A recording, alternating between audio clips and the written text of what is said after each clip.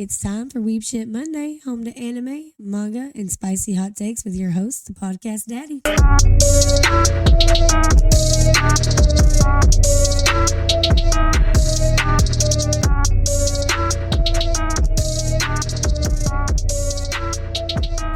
Hello, ladies and gentlemen. Welcome to Weeb Shit Wednesday. I am your host, the wiener to match the demeanor, the friendly neighborhood degenerate, the podcast daddy. Now, we are here on Weeb Shit Wednesday to talk about Kaiju Mommy. That's not the official name. No. In your car. In my car, yes. We always like to do the shows in the car. We like to do it professionally, but tomorrow, this beautiful bastard it's their last stream. So we're gonna make it happen. We're gonna make a big impression with this. Today we're talking about Gigant. Now, Gigant, like I was saying in the pre-show, Gigant is a romance manga in its heart.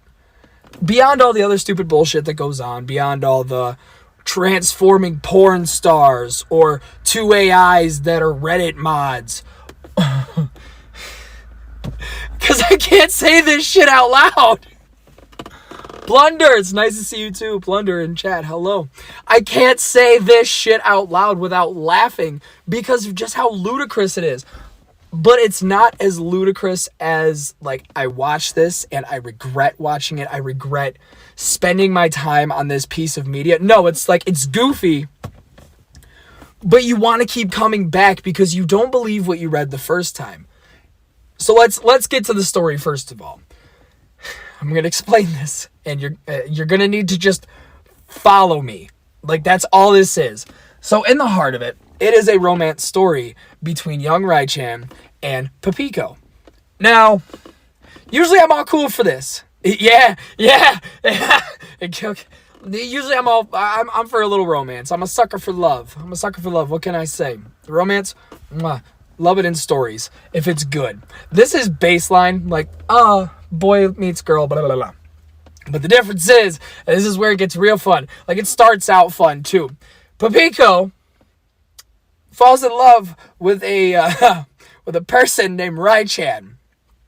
Now, what makes these two individuals special? Well, let me tell you there, Skippy. Rai-chan is a junior in high school. I can only assume because the age they give him is 17. It's not 18, it's 17. So I'm gonna just place him as a junior in high school. And I want to emphasize, junior high school student. Papiko is a fucking AV star. Now, for those of you that don't know, AV is porn.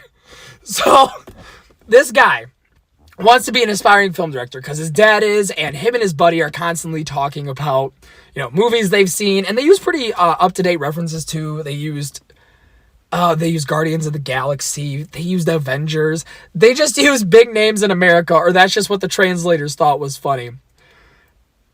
And we find out, after Rai-chan goes through a normal day in school, just being kind of like the lowly virgin, sort of hangs in the back, doesn't do much. Everybody in chat, hello. He just kind of hangs in the back, doesn't do anything. But when he gets home, we find out he has a specific porn star that he watches. Like, it shows him watching her getting railed. Like, this is the panel. It shows him watching her getting railed, and then it goes to the next slide, and it just shows a bunch of pornos right next to the TV. And he admits at one point saying, yes, I have seen every film you have ever made, even from the beginning.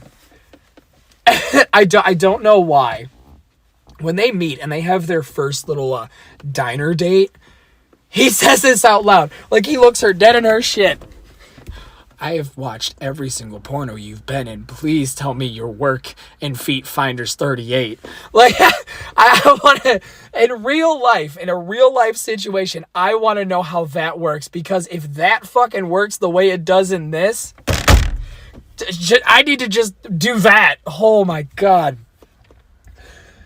Oh, okay, so Ray-chan and Papiko meet each other by random chance, actually. It's just she's out walking the streets at night, and he's riding his bike for whatever reason. It's not clearly explained, because this guy, like, I like this guy's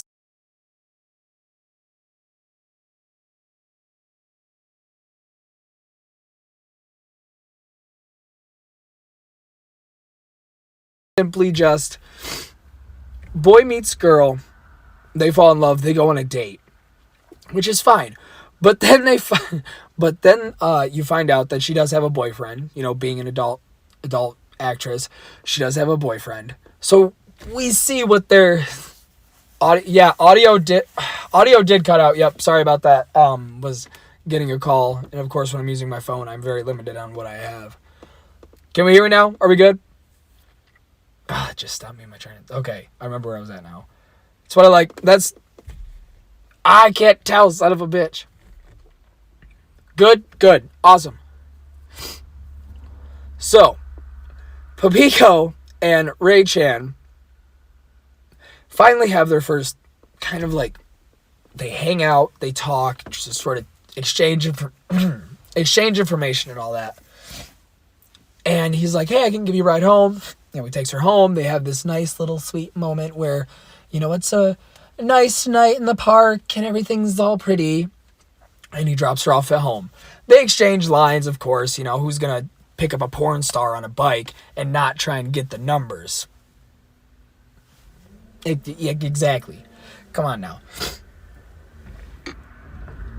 So, as one does, she has a boyfriend. And we see a little interaction between them. He's just a low-life piece of shit.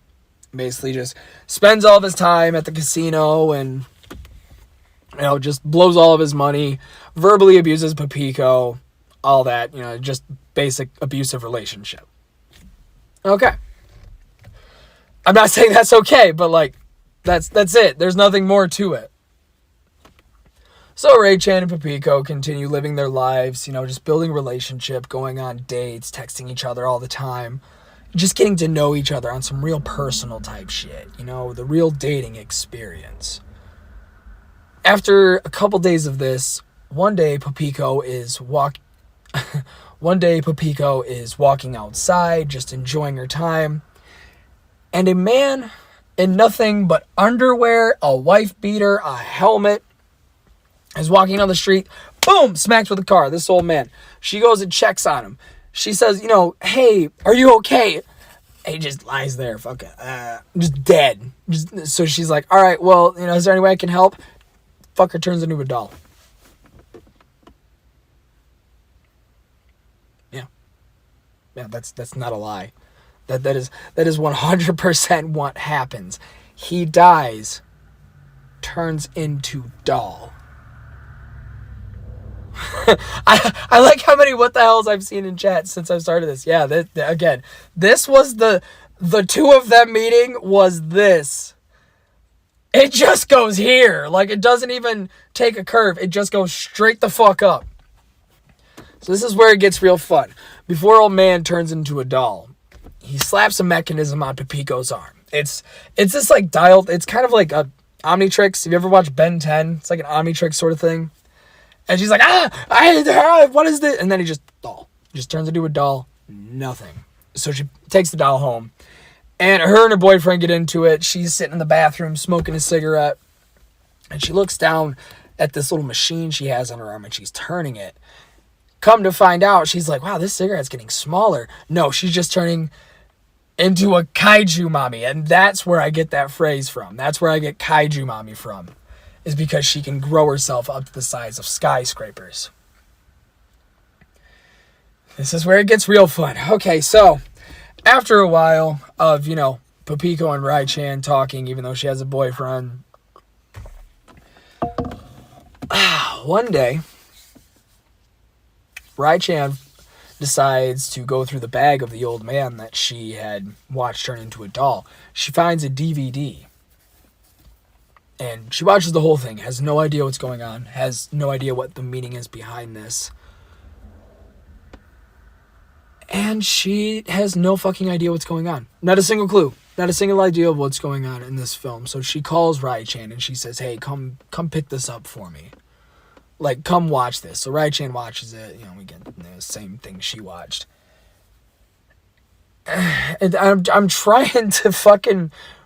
This part is so dry and bland. Like, this middle part, because it's just right. It's Papiko watches a video. It has this. Rai-chan watches the video. Has the same fucking thing. And then one day, and then after, you know, they both watch the film, Rai-chan and Papiko meet up at Papiko's apartment. And she just...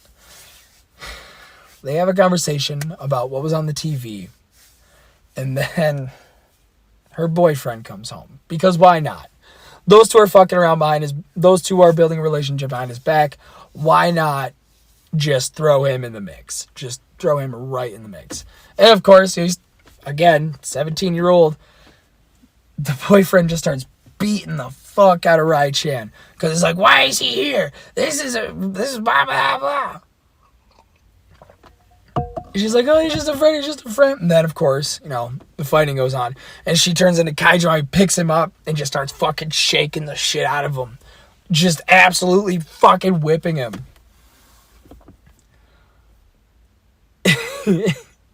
And it's funny because just thinking that this is all over a 17-year-old junior in high school is what kills me the most. Oh, fuck. I'm losing my train of thought here because it's jumbled. It's a very jumbled mess. Gotcha. Okay.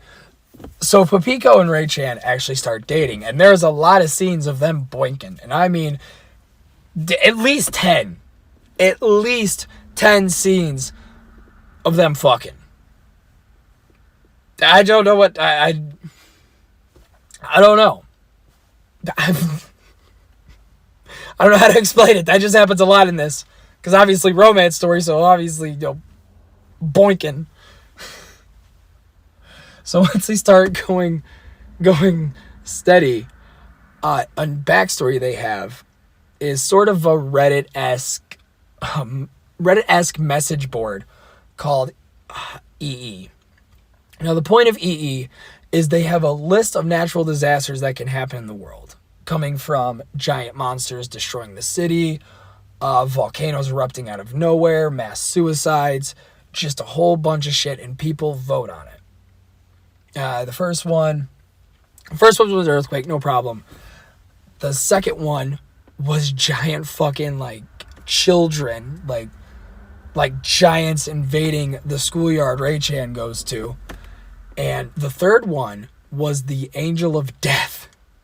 Like, they just went boom, boom, whop, fucking shot it right up. So after all this happens, the Angel of Death appears, and obviously nobody knows what to do, because never had to deal with this before, don't know how to battle this, got nothing. You guys are on your own here. And of course, we have to have all the characters here. So Rai-chan and his family are going for a nice leisurely walk, and the Angel of Death spots Rai-chan. And Papiko sees this after stream. What?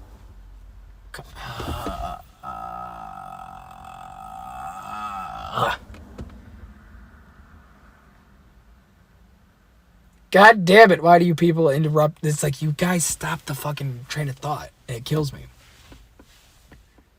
Because the basic way I can explain this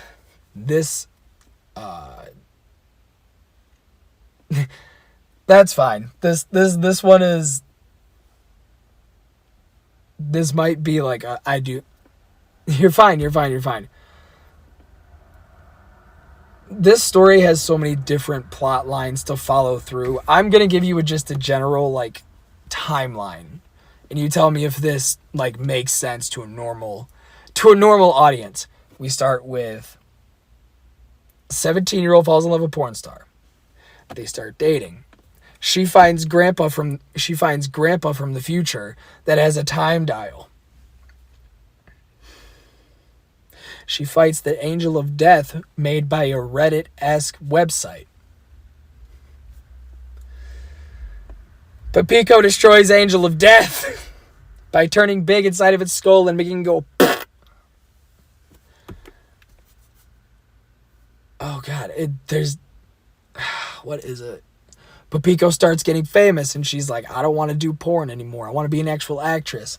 And Ray Chan's like, oh, whenever I film a movie, I want you as the star. No. How could I ever be a star? All I've done is porn. He's like, you can do it, Ray Chan. It's, everybody loves you now. That's about where I was in. This was about where I was at. So Papiko starts getting more and more famous. Like interviews all the time, talking to celebrities, going everywhere, known by everyone. Her haircut is matched by millions and millions of people. So she gets famous, and of course, somebody leaks online. Ray Chan is dating Papiko. And that's where it turns to shit. Everybody's calling her a PDF file. Everybody is on her ass saying, that's a child. How dare you do that?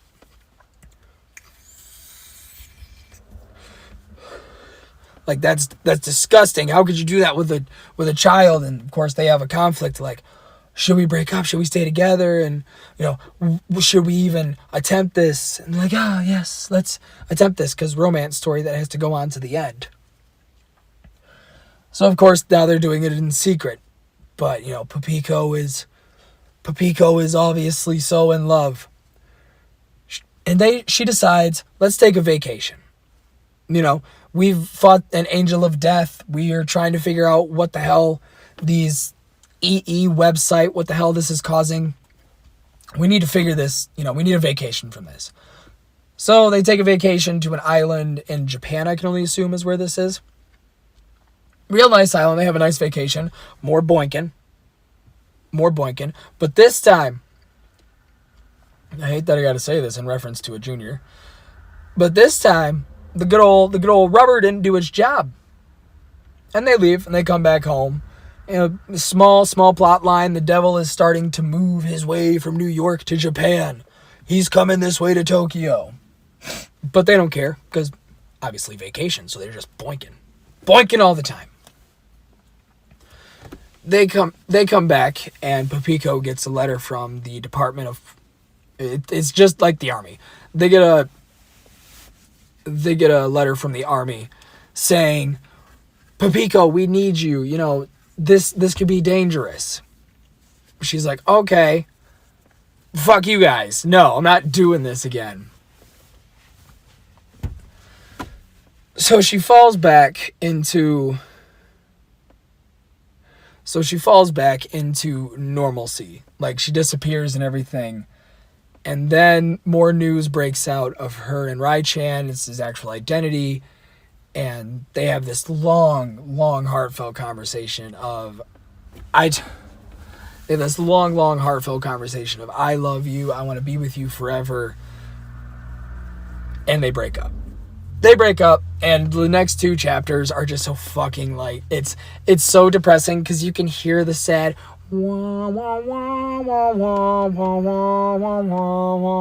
music. Like, the music you hear after a breakup that just, is like, ugh.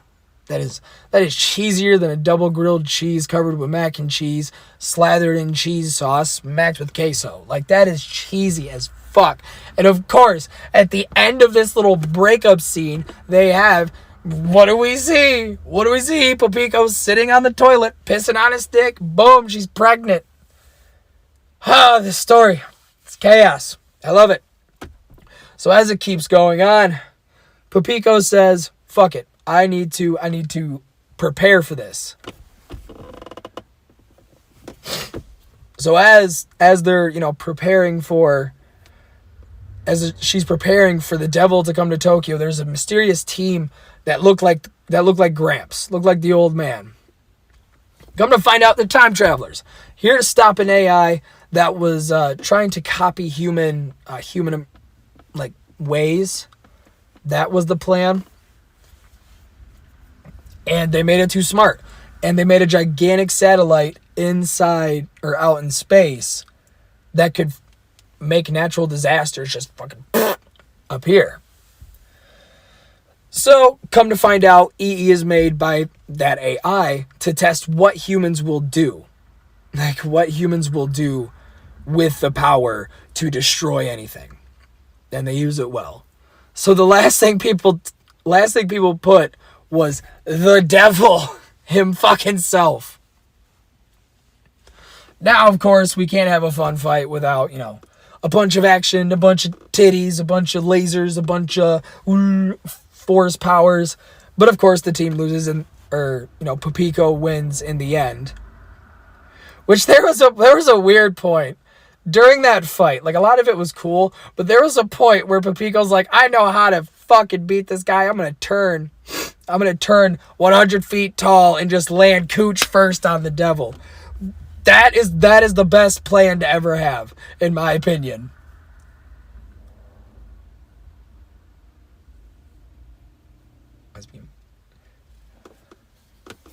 So afterwards, the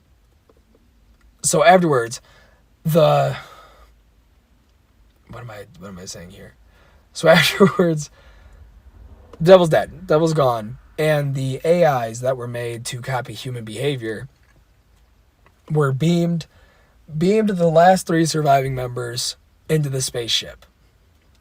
And the hatred this guy has for mods, like the writer of the story who has such a fucking hard-on for message board users, anybody that even resembles an admin of a Reddit-esque website, he has this fucking hate hard-on, and it is absolutely glorious because these two are named Apollo and Socrates, which of course trying to be the philosophers. These two are the most I'm a gamer, girls don't belong in my scene type people to exist.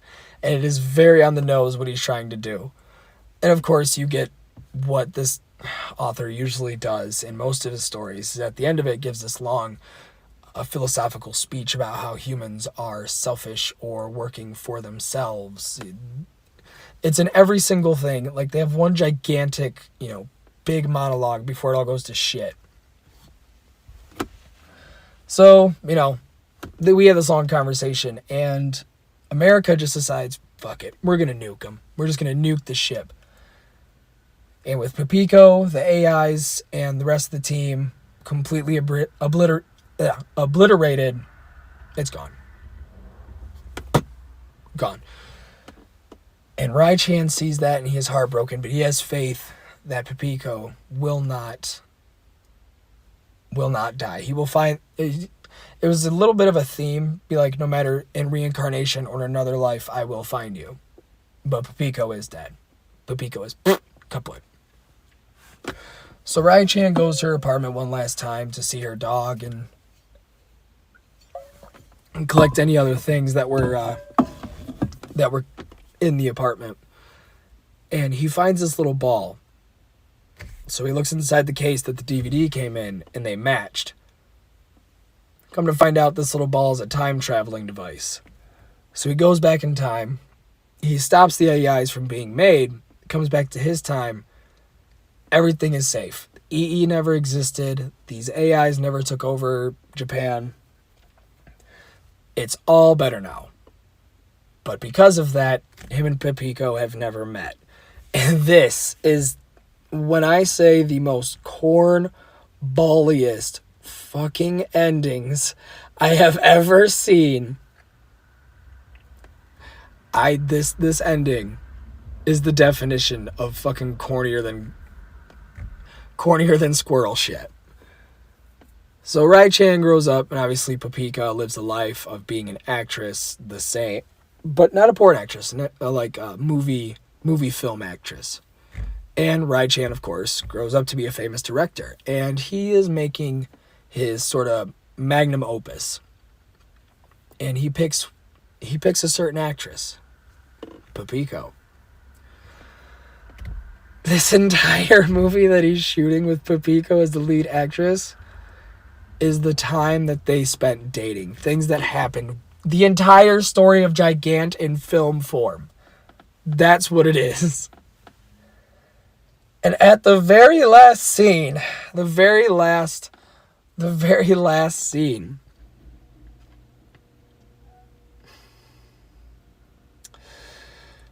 this is what this scene, Papiko has a moment, because the entire time she's like, I'm excited to do this, I want to do this, but like I felt like I've been here before. But she can't remember where. But then the last scene before the big final fight with the devil happened and she went away, she said, I am strong enough. I will come back to you. You know I will do this simply for our baby. And as soon as Papiko acts that out, boom, her entire life flashes and she realizes that Ray-chan is this person that she's been missing her entire life. The fucking end. It's only 89 chapters, so there's not a lot to the story that can really be like ciphered into.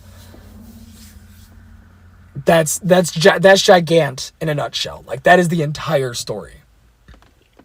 But it is a great story. I would highly recommend it to any fans of Kaiju Mommies or just the weird. The weird shit is definitely flowing in this. Pros of this series are, it's interesting story.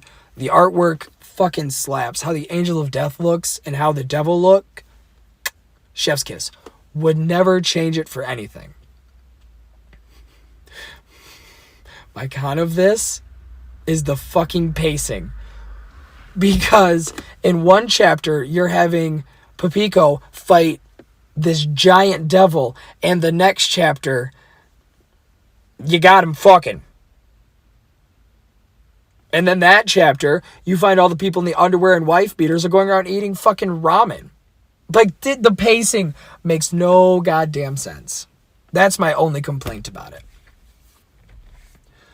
Ladies and gentlemen, thank you very much for joining me.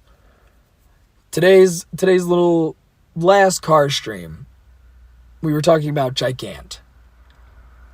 This will be the first story out of 7 I'm going to read over the next couple weeks. The next week we are going to be covering Inuyashiki. Again, just short story, but it's so packed full of just shit that you gotta cover it. Ladies and gentlemen, thank you very much for joining me. I am always happy to see every one of you hop in here and talk in chat. I appreciate it. If you want to see my slow decline into madness, go to twitter.com/podcaststepdad. On Instagram.com/podcaststepdaddy. TikTok, podcastdaddy1.